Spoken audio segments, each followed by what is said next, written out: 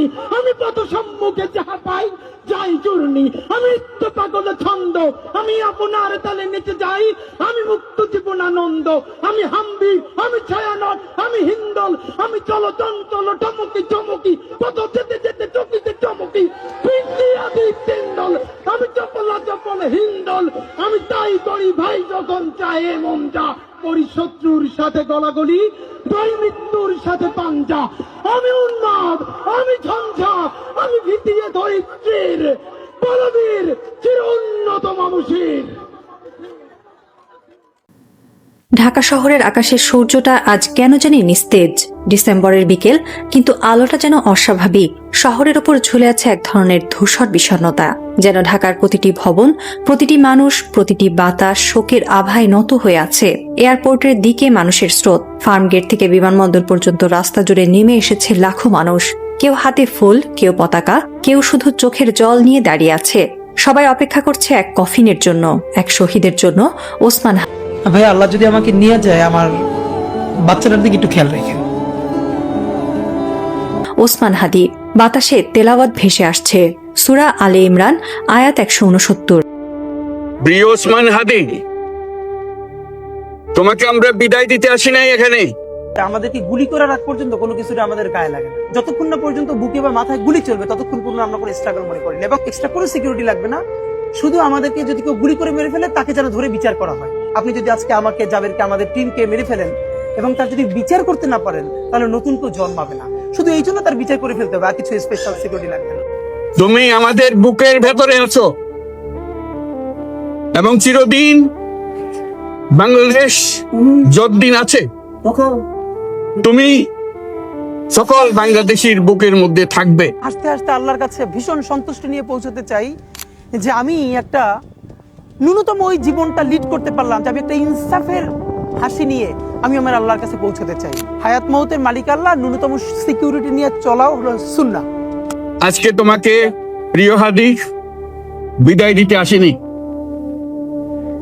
আমরা তোমার কাছে আমরা ওয়াদা করতে এসেছি। অনেকে বলে যে তোমাদেরকে ইজ্জত প্রেস্টিজ যেতে পারে কিনা যদি না যেত। এখন আমরা যদি হেরে যাই, তাহলে আমরা কতটুকু ইজ্জত যাবে, এটা হলো প্রশ্ন। সর্বনিম্ন কি হতে পারে, সেটা হলো 500 ফুটের নিচে যদি পাই।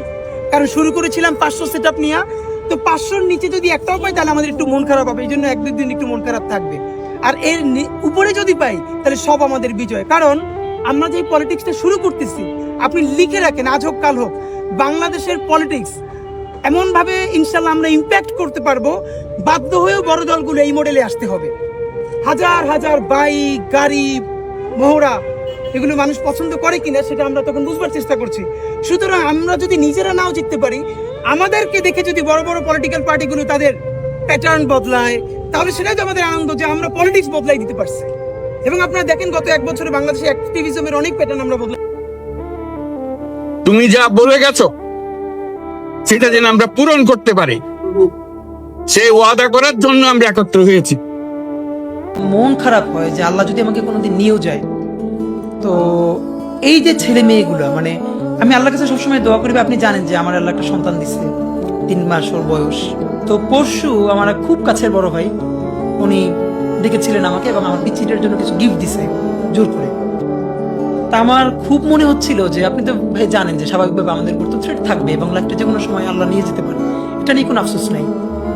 আমার বাচ্চাটা তো আমি 3 মাসে 30 মিনিটও কোলে নিতে পারি নাই।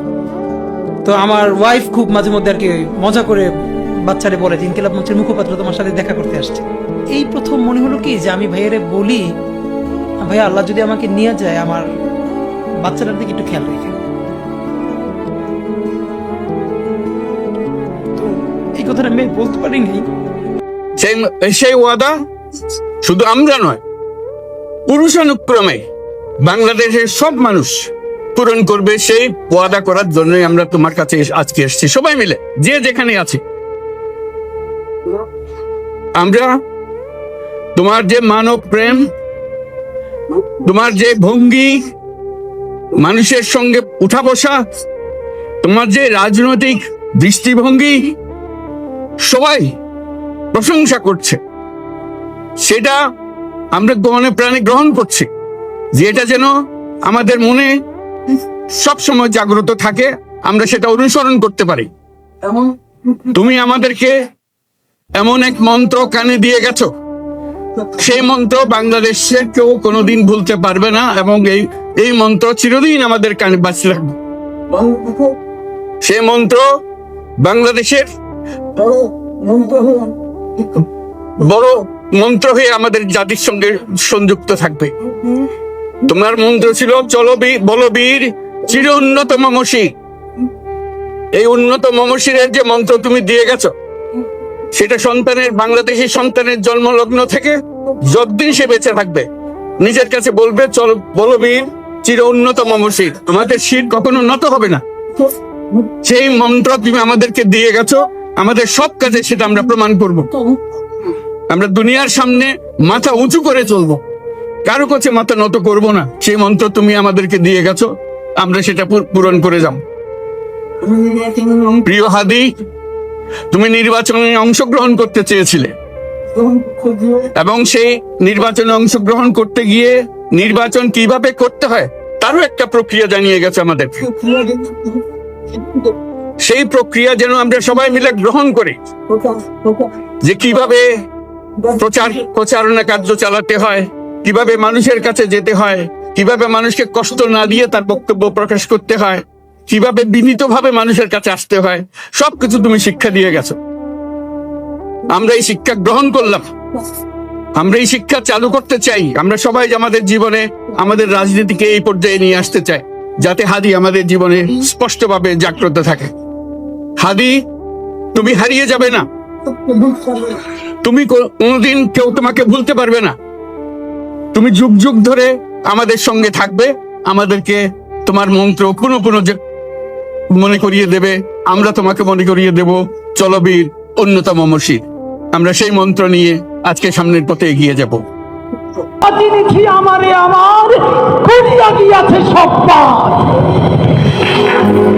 আমি বিন্ময়, আমি চিন্ময়, আমি অজর অমর অক্ষয়, আমি অক্ষয়, আমি মানব দানব দেবতার ভয়, বিশ্বের আমি চিরদুর্জয়, জগদীশ্বর আমি পুরুষোত্তম সত্য, আমি তাপিয়া তাপিয়া মাতিয়া ফিরিয়ে স্বর্গ পাতালে মর্ত, আমি উন্মাদ, আমি উন্মাদ, আমি সহসা কিনেছি আদিকে আমার খুলিয়া গিয়াছে সব পাত। আমি পরশুরামের কঠোর কুঠার, নিক্ষত্রিয় করিব বিশ্ব, আনিব শান্তি শান্ত উদার।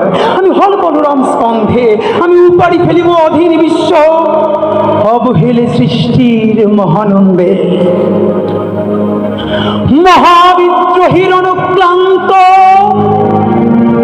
আমি সেই দিন হব শান্ত, যবে উদ্পীড়িতের কন্দন রোল আকাশে বাতাসে ধ্বনিবে না, অত্যাচারীর খড়গ বিমান বীরের রণভূমে রণিবে না।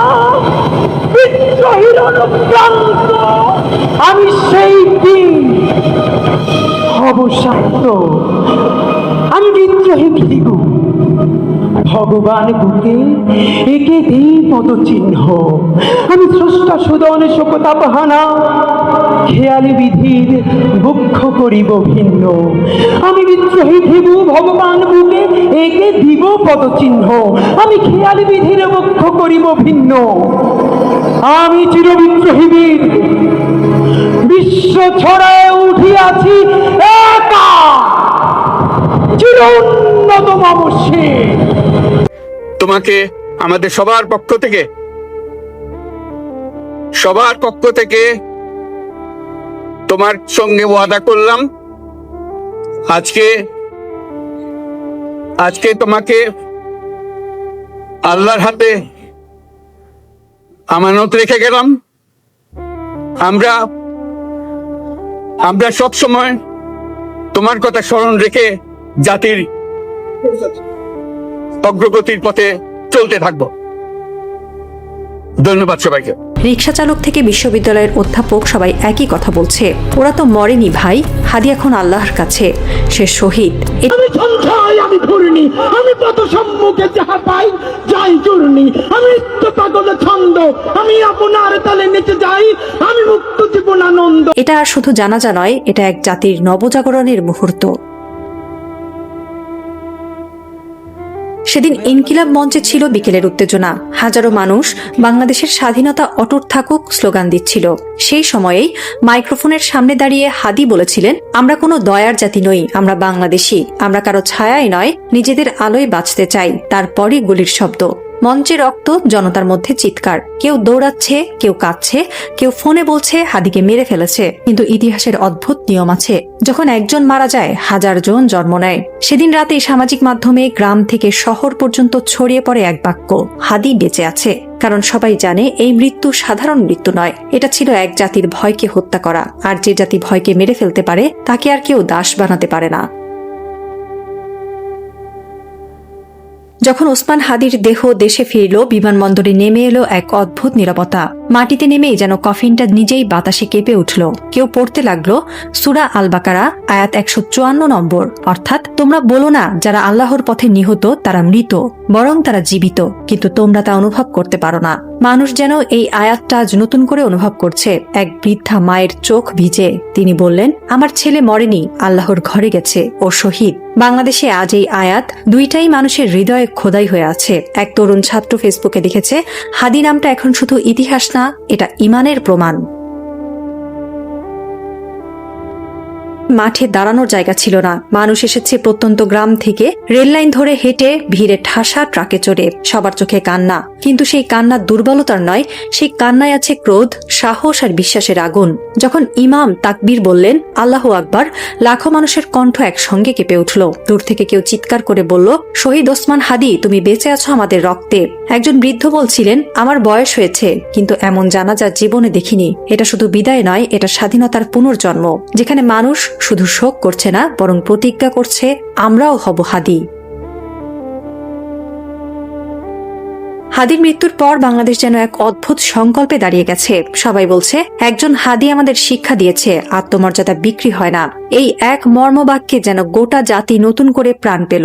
দিল্লি নড়ে চড়ে বসেছে। ভারতের মিডিয়া নীরব, কিন্তু পররাষ্ট্র মন্ত্রণালয়ে আলো নিভছে না। মোদী সরকার নিশ্চিতভাবে বুঝতে পারছে, বাংলাদেশের তরুণ প্রজন্ম এখন আর ভীত নয়, তারা আর বড় ভাই শুনে মাথা নিচু করে না। হাদি বলেছিল, যে দেশ নিজের সন্তানকে ভয় পায়, সে দেশ নিজের প্রতিবেশীকেও ভয় দেখায়। এই কথাটাই এখন প্রতিটি দেয়ালে লেখা। ঢাকার রাস্তায় পোস্টার উঠেছে, ভারতের দাসত্ব নয়, ন্যায্য সম্পর্ক চাই। তাতে হাদির মুখ, নিচে লেখা, বাংলাদেশ মানে আত্মসম্মান। কোরআন শরীফে শহীদদের সম্পর্কে দুটি আয়াতই এখন বাংলাদেশের বাতাসে বেঁচে আছে। একটি হলো সূরা আলে ইমরান আয়াত 169, অন্যটি সূরা আল বাকারা আয়াত 154, যেগুলোর শানে নুজুল আল্লাহ বারবার বলেছেন, শহীদদের মরণ নাই।